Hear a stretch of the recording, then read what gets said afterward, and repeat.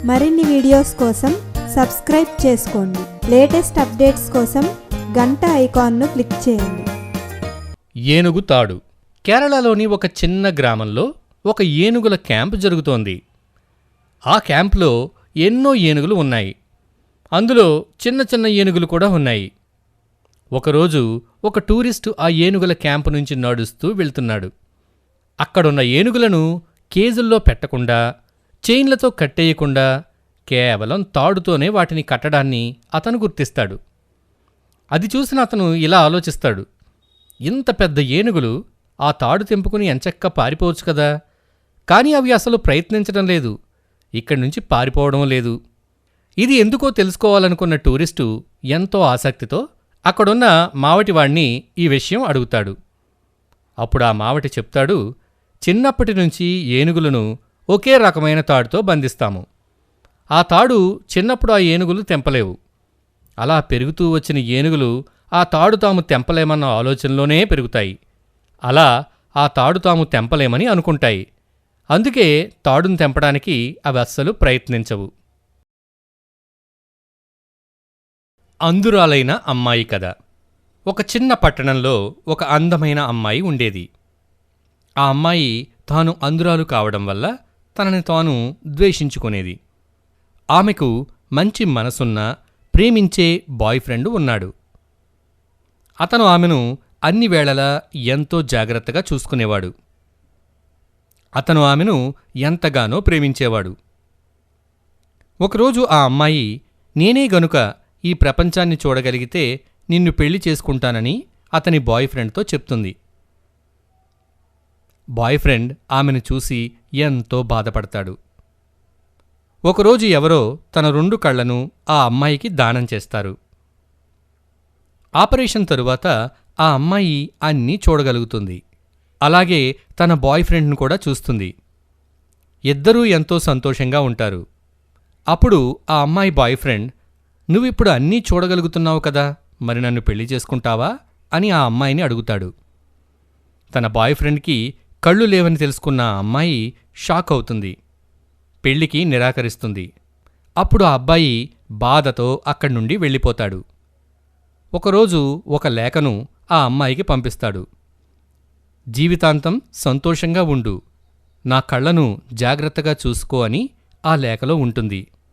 ఇది చదివిన ఆ అమ్మాయి చాలా బాధపడుతుంది. మాయ చెట్టు. రాజు ఒకరోజు ఎడారి మార్గం గుండా వేరే గ్రామానికి బయలుదేరాడు. కొంత దూరం వెళ్లేసరికి రాజు బాగా అలిసిపోయాడు. ఇంకా అతనికి దాహం, ఆకలి కూడా మొదలయ్యాయి. ఎక్కడైనా కొంత నీడ దొరికితే కొద్దిసేపు విశ్రాంతి తీసుకుందాం అనుకున్నాడు. ఇంతలో రాజుకి ఒక పచ్చని పెద్ద చెట్టు కనిపించింది. గబగబా దాని క్రిందకు చేరిపోయాడు.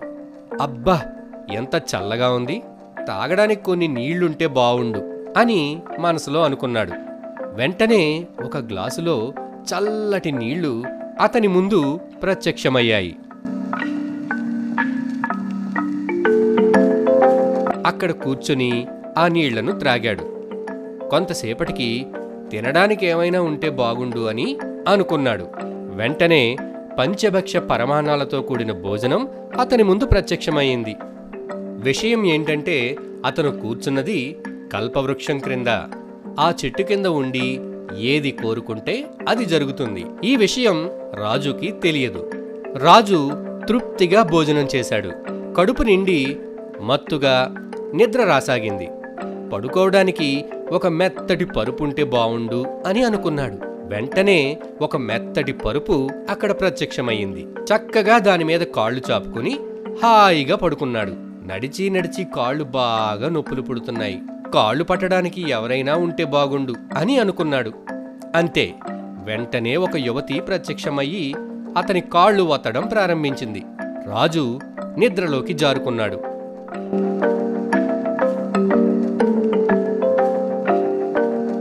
కొద్దిసేపటి తరువాత రాజుకి మెలకువ వచ్చింది. ఆ యువతి అక్కడే కూర్చొని రాజు వైపు చూడసాగింది. రాజు బుర్రలో ఏదో అనుమానం మొదలైంది. ఏంటిది? ఏదనుకుంటే అది జరిగిపోతుంది. ఈ యువతిని చూస్తుంటే నాకేదో అనుమానంగా ఉంది. ఇంతకీ ఇది ఏ దెయ్యమో భూతమో కాదు కదా అనుకుంటుండగానే ఆ యువతి ఒక భూతంగా మారిపోయింది. దాన్ని చూసి అదిరిపడ్డాడు రాజు. కొంపతీసి ఈ భూతం నన్నిప్పుడు తినేయదు కదా అని అనుకున్నాడు. ఆ భూతం రాజును తినడానికి నోరు చాపుకొని మీదకు రాసాగింది. దెబ్బకు అక్కడి నుండి పరుగు లంఘించుకున్నాడు రాజు. పరిగెత్తి పరిగెత్తి చాలా దూరం వచ్చేశాడు. ఒకచోట ఆగి వెనక్కు తిరిగి చూశాడు. వెనకాల భూతం లేదు. హమ్మయ్య అనుకొని జరిగిందంతా గుర్తు చేసుకున్నాడు. మంచివి తలుచుకున్నప్పుడు మంచే జరిగింది, చెడ్డవి తలుచుకున్నప్పుడు చెడ్డవి జరిగాయి. అంటే మనం ఎల్లప్పుడూ మంచి తలపులతోనే ఉండాలనే సత్యాన్ని తెలుసుకున్నాడు రాజు.